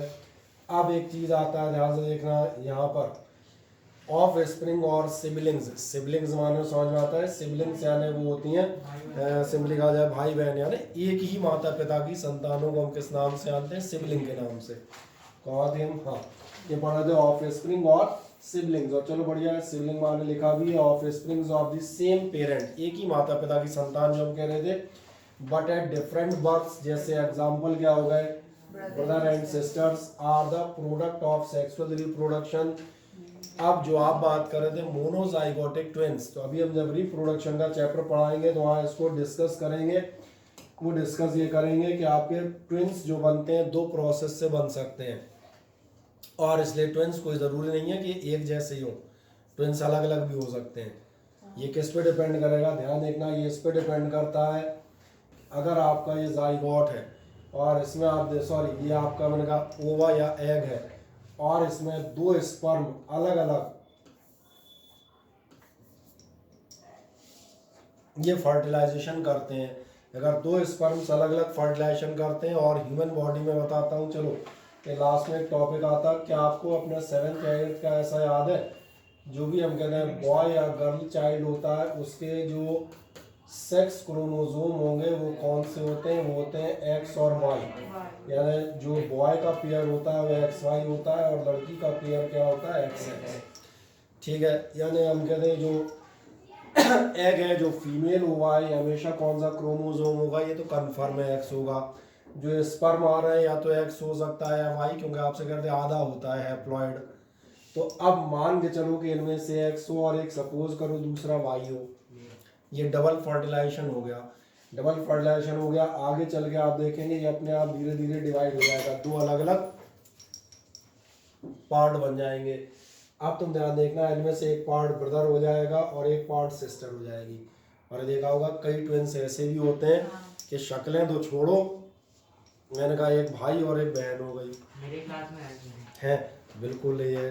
लेकिन यहाँ केस क्या है, मैंने कहा था यहाँ दो अलग अलग स्पर्म है। हाँ, अगर ये केस होगा जिससे आप ट्विंस की बात कर रहे थे, जिसे मैंने कहा था हम कहेंगे क्लोन, वो कौन सा होगा, एक ये, और अब यहाँ पे केवल एक ले रहा हूँ वाई।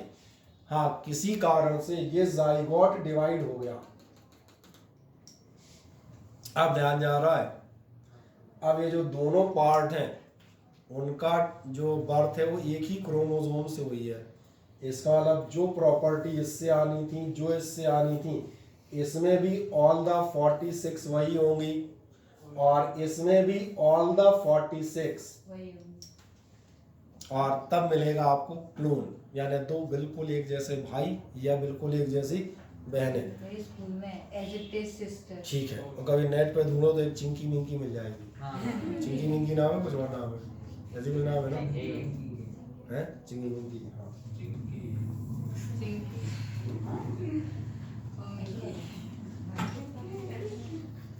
इसलिए मैंने कहा नेट का इस्तेमाल करना बुरा नहीं, लेकिन मैंने कहा नेट का इस्तेमाल उसमें नॉलेज लेवल भी बढ़ता जाए, ये खास बात है, सही ना, दोनों काम करते जाए। क्योंकि मेरी बातों में इतना तो समझ में आ गया होगा, मैं भी वही फिल्म देखता हूँ, और जब मैं खुद देखता हूँ तो मैं तुमसे नहीं कह रहा तुम मत देखना, सिर्फ पढ़ना मैं नहीं कहा ना, मैं कभी कहूँगा सिर्फ पढ़ो, फिल्म मत देखना। मेरा कहना है देखो, फिल्म में भी बहुत कुछ होता है, क्योंकि अभी आपने अपना कैरियर डिसाइड नहीं किया ना भैया, और आपने भी नहीं किया और ना आपके वैसे डिसाइड हुआ है। हो सकता है तुम्हें से आगे 4 साल 6 साल बाद कोई फिल्म मेकिंग में ही चला जाए, उसे चीज़ अच्छी लगी, तो दुनिया देखो ना, फिल्म देख रहा बस, ये मैंने कहा फिल्म देख के टाइम वेस्ट मत करो। फिल्म भी देख रहे हो तो खोपड़ी से देखो, दिमाग लगाए फिल्म क्या है, ये स्पेशल सीन्स कैसे क्रिएट किए गए, आखिरकार ये स्पेशल सीन कैसे क्रिएट होते हैं, ये आपके दिमाग में सवाल है। के साथ नहीं, एंटरटेनमेंट के साथ देखें, सोते हुए नहीं देखे। एंटरटेनमेंट तो हो गई, आपने ध्यान नहीं दिया, हम इस क्लास में मौजूद हैं, यहाँ भी तो एंटरटेनमेंट हो रहा है कि नहीं हो रहा? यहाँ कोई लठ थोड़ी बजा रहा हूँ। हाँ बताओ, बोले साहब पनिशमेंट के साथ पढ़ाते हैं, बोले क्यों आते साहब 2 लठ जमा देते हैं। हाँ बोले पन्ना आउट, बोले पन्ना आउट हो गया क्या? अलार्म फिर 2। जागृत दिमाग के साथ देखिए, दिमाग के साथ जगे हो, सो नहीं रहे हो। हम बेटा दुनिया में 90% काम सोते हुए करते हैं, हमारी आत्माएं और हमारे मस्तिष्क सो रहे होते हैं। हमारे साथ क्या हुआ क्या हो गया हमें पता ही नहीं चलता। आप देखना लोग आप पेपर पढ़ मारेंगे, बाद में पेपर पढ़ने के बाद मुझे क्या पढ़ा मुझे पता नहीं, पता ही नहीं चला, मुझे पढ़ लिया मजा ही होता। 1.5 घंटा बोले रीडिंग भी कर ली तो मैं अपना दिमाग नहीं लगाते। तो इसलिए ये करता जब आप पढ़ें तो दिमाग लगाए पढ़ें। दिमाग लगा क्या चीज वेब सीरीज देखते हो ना, अच्छी पिक्चर नहीं देखता, वेब सीरीज देखेगा। तुम खड़े हो 1 मिनट, क्या नाम था इसका? अरे अक्षत अमन। हाँ अक्षत खड़े हो। हाँ चलो क्या शिकायत कर रहे हो उसकी बताओ। वेब सीरीज देखता रहता है, अच्छी पिक्चर ही नहीं देखता। तुम्हें कैसे पता? अब बताता है। कौन सी अच्छी पिक्चर है तुम्हारे हिसाब से? तुमने कौन सी अच्छी देखी बताओ? मिशन मंगल देखा तो? नहीं उससे बात मत करो, मुझसे करना। अब हमने कहा ना अब हम बात कर रहे हैं। बढ़िया है, मिशन मंगल आपने देखी? हाँ या ना बताएं? हाँ जी। क्या है मिशन मंगल, बताएं जानकारी में। उसमें बताया कि अपने इंडिया ने जो बनाया था मंगलयान, उसको कैसे मतलब कैसे एग्जीक्यूट किया और क्या प्लानिंग की, क्या थी? किस मुद्दे पे किया। मतलब स्पेस फील्ड में पीछे हो गए थे तो कवर अप करने के लिए उन्होंने भेजा। क्या मिशन मंगलयान क्या था बताओ ना, डिटेल बताओ ना। सर उसको मार्स की स्टडी करने के लिए भेजा। अरे किसको पूरा बता, डिटेल एक 5 मिनट का डाटा वाइज जानकारी होनी चाहिए, समझ आ रहा है? मतलब 5 शब्द निकाल देना, देखो बताऊं 5 शब्द बिल्कुल आप निकाल दें जो आप यहाँ खड़े हैं। मतलब हैं, ये होता है अपन बता रहे होते हैं एक्चुअली, मतलब जो कि सर वो था वो था कौन था जो वो था, अब वो जो था कि जो वो था, और जो था वो था, तो ये प्रोनाउन नहीं। चले आप बता रहे थे उसकी, आप शिकायत कर रहे थे अच्छी पिक्चर नहीं देखता हूँ ना, आप देखते हैं। आपने मिशन मंगल देखी, बहुत बढ़िया। बताएं मिशन मंगल के बारे में, 2 मिनट का मैं आपको टाइम देता हूँ, डाटा वाइज बताइएगा। बोले क्या देखा आपने उस मिशन मंगल में, बोले। हाँ बताओ ना क्या क्या देखा, बोले आप डाटा बताओ। मैंने देखा उन्होंने प्लान कैसे एग्जीक्यूट किया और क्या करते हैं। तो बता भी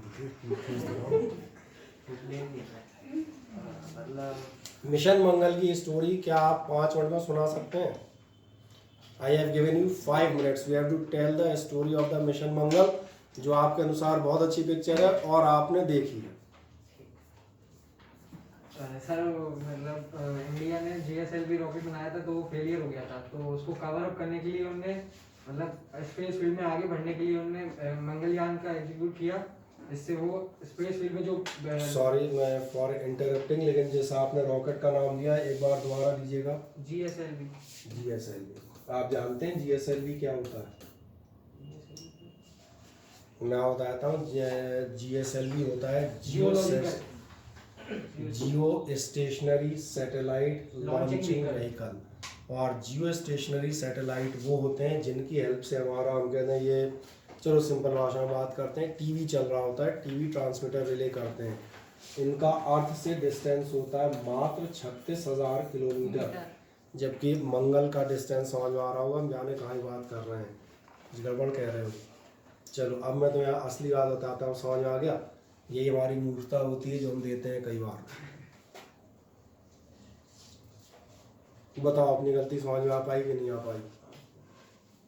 हम क्या कर रहे होते हैं बेटा, हम दूसरे को बता रहे होते हैं ये ऐसा कर रहा है, और हम अपने को समझना भूल जाते हैं कि मैं आपको बता रहा था कि आप जो देख रहे हैं उसको ढंग से देखें। आपने मिशन मंगल देखी, लेकिन एक मजेदार बात है, मिशन मंगल में आपको एक सिंगल चीज़ नहीं मालूम, even you don't know the name of the scientist. कौन सी साइंटिस्ट थी जिसने टीम बनाई थी और क्यों भेजा था और क्या हुआ था? तो ये यही तो मैं टोक रहा था। आपने क्या क्या क्या गलती की, समझ में आ गया? आप मेन मुद्दे से भटक गए। आप जो है जो आप कह रहे थे उसी में चले गए। मैंने कहा था ना आदमी असली चीज़ छोड़ जाता है। मिशन मंगल पे चर्चा हो रही थी तो छोड़ो, हम अपनी क्लास में इतनी अच्छी चर्चा कर रहे थे, तो चर्चे से भटक गए। तुम कहाँ पहुँच गए?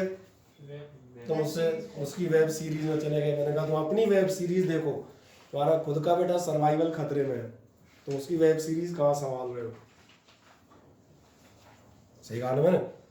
अच्छी बात है, मिशन मंगल देखी, अब एक बार दोबारा देखना, अच्छे से देखना। तुम अच्छी पिक्चरें देखते हो, ये तुम तब कह पाओगे, उसको तब टोक पाओगे जब तुमने खुद देखी हो। क्योंकि तुमने तो जो देखी है वो भी ना देखने के बराबर है। उसने अगर नहीं देखी तो कम से कम उसके 2.5 घंटे बचे, तो तो 2.5 घंटे वेस्ट हो गए जीवन के, क्यों तुमने देखी भी मतलब कुछ निकला नहीं। इसलिए कहा बैठो, ये चीज़ सीखो बेटा, ये बहुत ज़रूरी है। केवल हम बता दें, दूसरों पे कमेंट कसने से काम नहीं चलता, अपने को जगना है। इसलिए जगा रहा था, जग जाओ, पर्सनली जागे। इसलिए मैंने टोका तो बताई, तो खड़ा किया।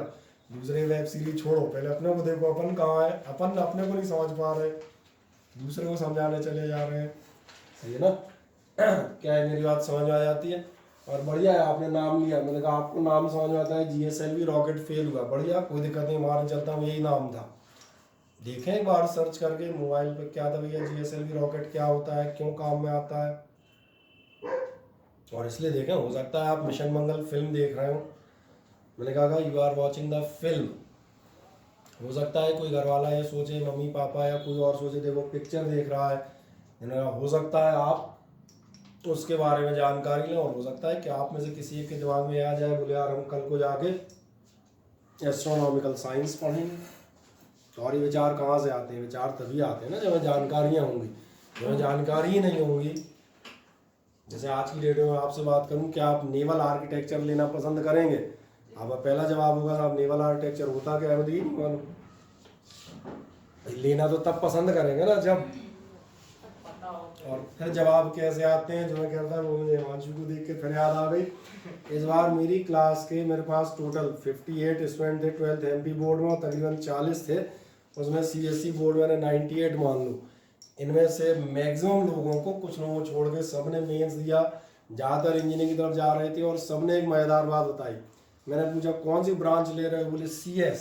क्यों आज तुम्हारे नाम की बात हुई, कई लोगों तुम्हारे नाम नहीं हुई। सबने क्या कहता है, मैंने कौन सी ब्रांच ले रहे हैं, बोले CS। मैंने CS क्यों ले रहे हैं, बोले उसमें इंटरेस्ट है। अच्छी बात है, मैंने कहा तुम्हें CS में इंटरेस्ट है, बढ़िया। मैंने कहा CS में होता क्या है, बोले सर सॉफ्टवेयर लिखते हैं। मैंने कहा काय का?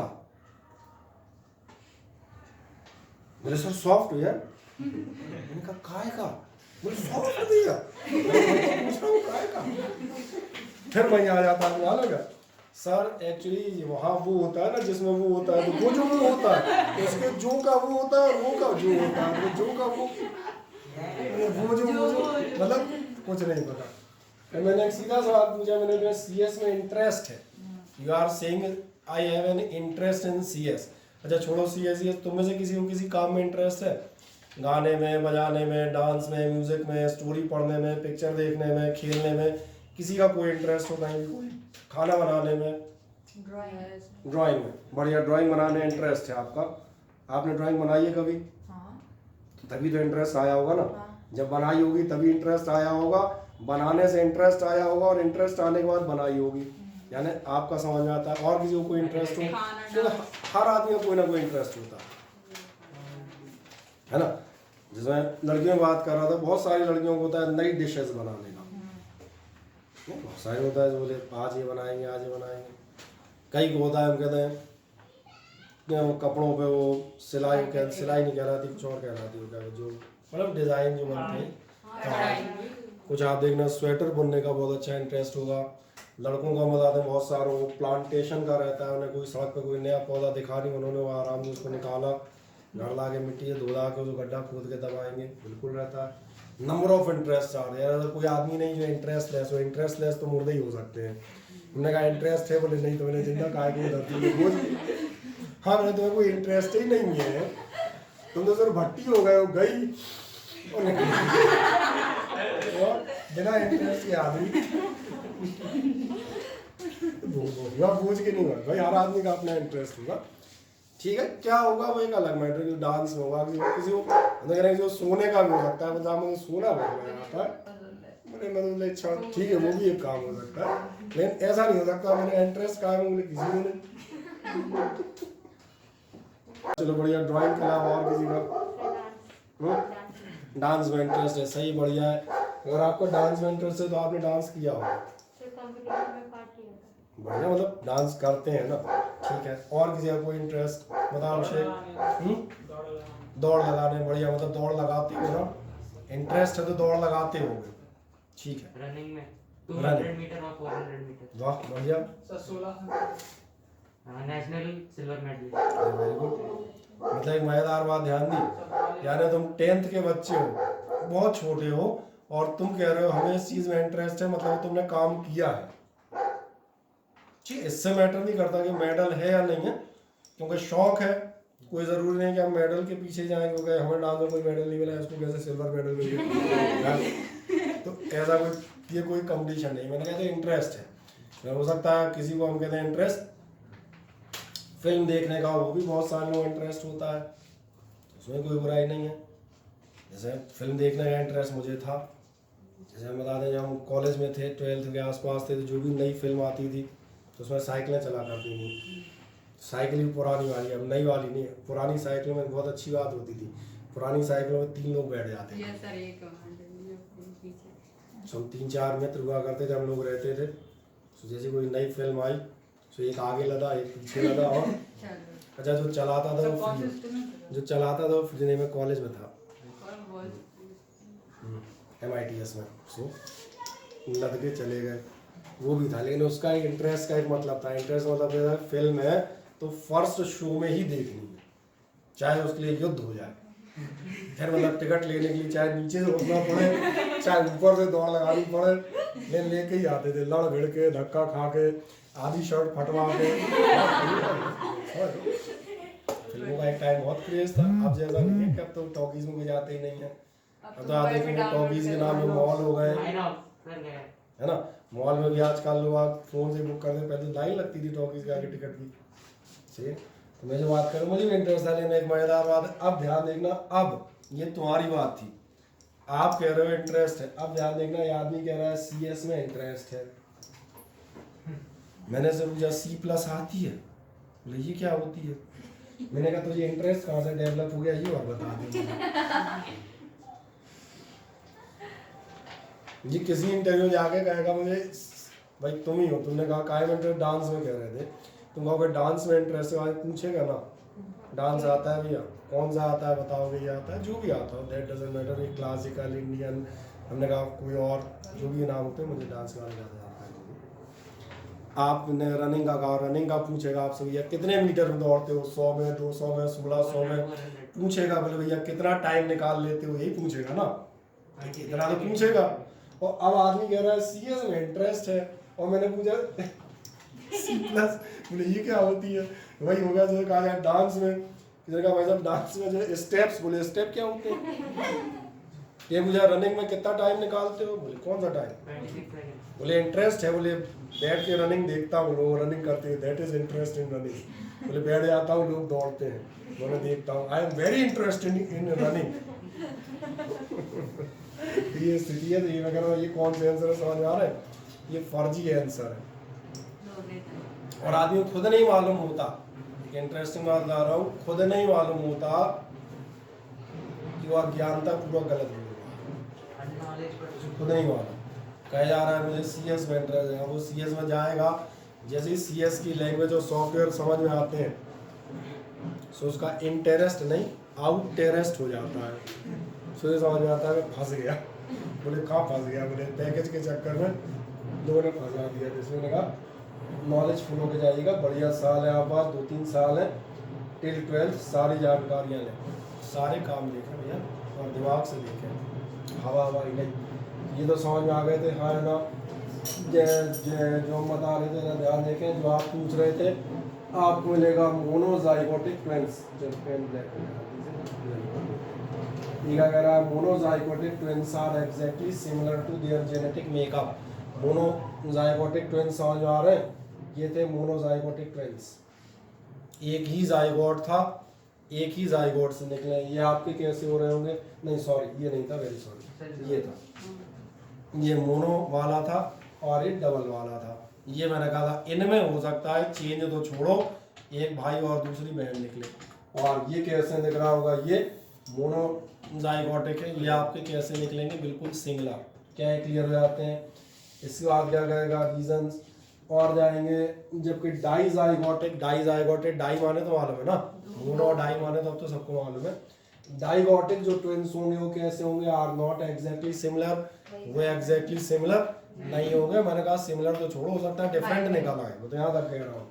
दे possess genetic variations but the offsprings of asexually reproducing organism, लेकिन जो असेक्सुअल रिप्रोडक्शन में है, असेक्सुअल रिप्रोडक्शन का भी मैं एग्जांपल बता देता हूँ। असेक्सुअल रिप्रोडक्शन का बहुत शानदार एग्जांपल होता है अमीबा। ये एक अमीबा, अमीबा का रिप्रोडक्शन कैसे होता है, किसी को मालूम है? बिल्कुल सही जवाब।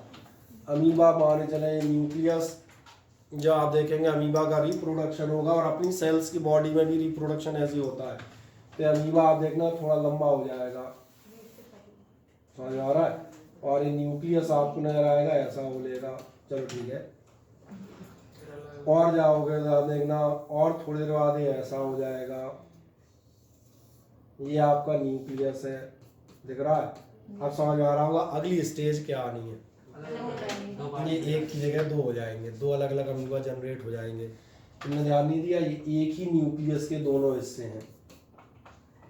इसका मतलब जो क्रोमोसोम इसमें होंगे सेम वही होंगे।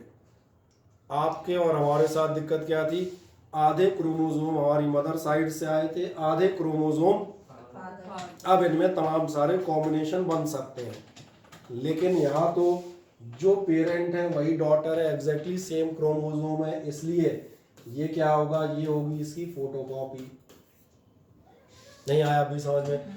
असेक्सुअल रिप्रोडक्शन में वेरिएशन बहुत बहुत कम होते हैं। तो ये बताएगा offsprings of asexually reproducing organisms are exactly similar, क्योंकि फोटोकॉपी वर्ड अच्छा नहीं लगता, वो अपने को समझने के लिए ठीक है। क्यों? They are formed by mitosis. इस माइटोसिस वर्ड को बताऊंगा, वैसे समझ में आ गया होगा। ये प्रोसेस माइटोसिस कहलाती है। दो प्रोसेस आएंगी रिप्रोडक्शन, बिल्कुल सही, बहुत बढ़िया, 9th में भी आती है। बडिंग और फिजन, बडिंग ये होता है, बडिंग में जो है ये हाइड्रा वगैरह में होती है। ये अच्छा वाला हाइड्रा, चलो मैं गंदा सा बना देता हूँ, गोभी के फूल जैसा हाइड्रा, इसमें से आप देखना एक छोटा सा हाइड्रा यहाँ से निकल आएगा। बड, हाँ बड माने कली होती है, ये डेवलप होगा, ये निकलेगा, ये अलग से डेवलप हुआ है, बडिंग है, कली। ये ईस्ट होती है, ईस्ट तो जाओ ना फफूंद समझ सकते हैं, उसमें बडिंग होगी। लेकिन अदरक, अदरक देखिए, अदरक बडिंग का एग्जाम्पल है। अदरक में से देखा होगा एक में दूसरा में, सही है। और आपको बडिंग कहाँ देखेगी, अरबी। मैं ऐसे एग्जाम्पल देता हूँ, दिखेंगे आपको। ये जो आप बात करें फिजन, ये सीधा दो पार्ट ब्रेक हो जाना, इसमें कहीं बर्ड्स नहीं है, कहीं नया नहीं होगा, ये तो यही का यही दो पार्ट में टूटा है। किसको? ये फिजन ही कहलाता है। इसको आगे हम जाके अभी पढ़ेंगे, ये कहलाता है बाइनरी फिजन। बाइनरी मतलब मल्टीपल, यानी दो से ज्यादा टुकड़े हैं। बाइनरी मतलब दो, और मल्टीपल मतलब दो से ज्यादा, 4, 6, 8 ऐसे। ये क्लियर हो जाते हैं। अब ये वो डिफरेंस है देखना जो क्लोन और ऑफ स्प्रिंग में होता है। क्लोन मतलब एग्जैक्टली सेम, ऑफ स्प्रिंग मतलब जो वेरिएशन के साथ जा रही है। क्लोन में आप देखना सेम क्रोमोसोम होंगे, वेरिएशन में सॉरी ऑफ स्प्रिंग में कॉम्बिनेशन होंगे, कुछ अलग आएंगे कुछ अलग आएंगे, तो उनका बदलाव होना तय है। क्या कह रहा है, the individual which are of one another, एक दूसरे की कार्बन कॉपीज हो। और कार्बन कॉपी का अनर्थ मत लगा लेना कि एक बोले काला होगा क्या। हर एक को एक विचित्र स्टूडेंट मिलते हैं कई बार में। एक बेचारा बहुत देर 2 दिन बाद पूछ में आया, सर एक बात पूछनी थी। मैंने क्या? बोले जैसे कोई आदमी है। मैंने कहा, अब बोले उसकी कार्बन कॉपी होगी।